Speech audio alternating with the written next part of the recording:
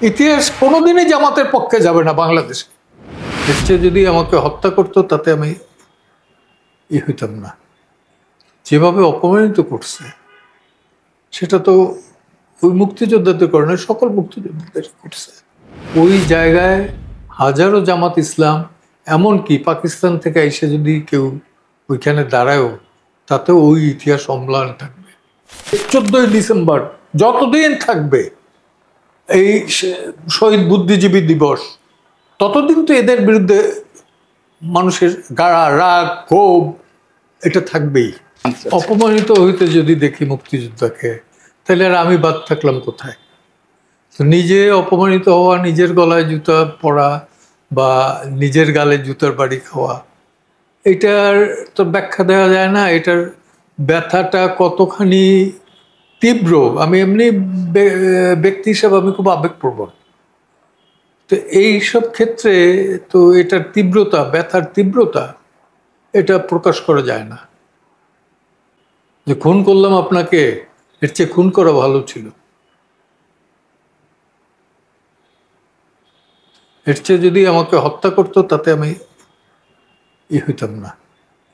যেভাবে অপমানিত করছে সেটা তো ওই মুক্তিযোদ্ধাদের করে না, সকল মুক্তিযোদ্ধাদের করছে।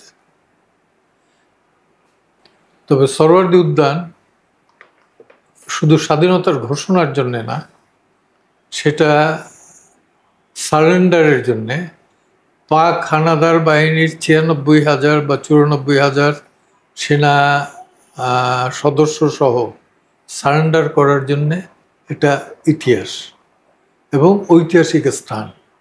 ওই জায়গায় হাজারো জামাত ইসলাম, এমনকি পাকিস্তান থেকে এসে যদি কেউ ওইখানে দাঁড়ায়ও, তাতে ওই ইতিহাস অম্লান থাকবে।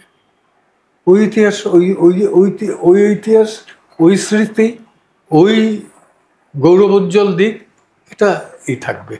কিছু লোক গেছে এই করিয়া সময় সুযোগ নিয়ে, সেটা একটা জাতির দুর্বলতম সময়। এ ধরনের বিভিন্ন জাতির উপর আসছে। ফ্রান্সে এক সময় ব্রিটিশেরা খুব অ্যাটাক করিয়া তারাই চলছিল। তো এক কৃষক কন্যা, সে চিন্তা করলো যে আমার দেশ, সেখানে ব্রিটিশেরা যুদ্ধ করে জিতে যাবে, কিভাবে হয়? তো ফ্রান্সের জেনারেলরা হারিয়ে গেছে। সেই কৃষক কন্যা, 18 বছর তার বয়স, সে নেতৃত্ব দিল কৃষকদের নিয়ে এবং ব্রিটিশদের হারাই দিল। এখন একটা উভয় সংকটে পড়ল। ফ্রান্সের জেনারেলরা চিন্তা করলো আমরা পারলাম না, এই কৃষক কন্যা কিভাবে পারলো? আর ব্রিটিশরা চিন্তা করলো যে আমরা ফ্রান্সের জেনারেলদের হারাই দিলাম, এই কৃষক কন্যার কাছে কিভাবে হারলাম? সেই কৃষক কন্যার নাম কিন্তু জোয়ান অব আর্ক, যাকে এই জেনারেল এবং ব্রিটিশেরা যৌথভাবে মিলিত হইয়া তাকে ডাইনি আখ্যা দিয়ে জীবন্ত পুড়িয়ে মারছে।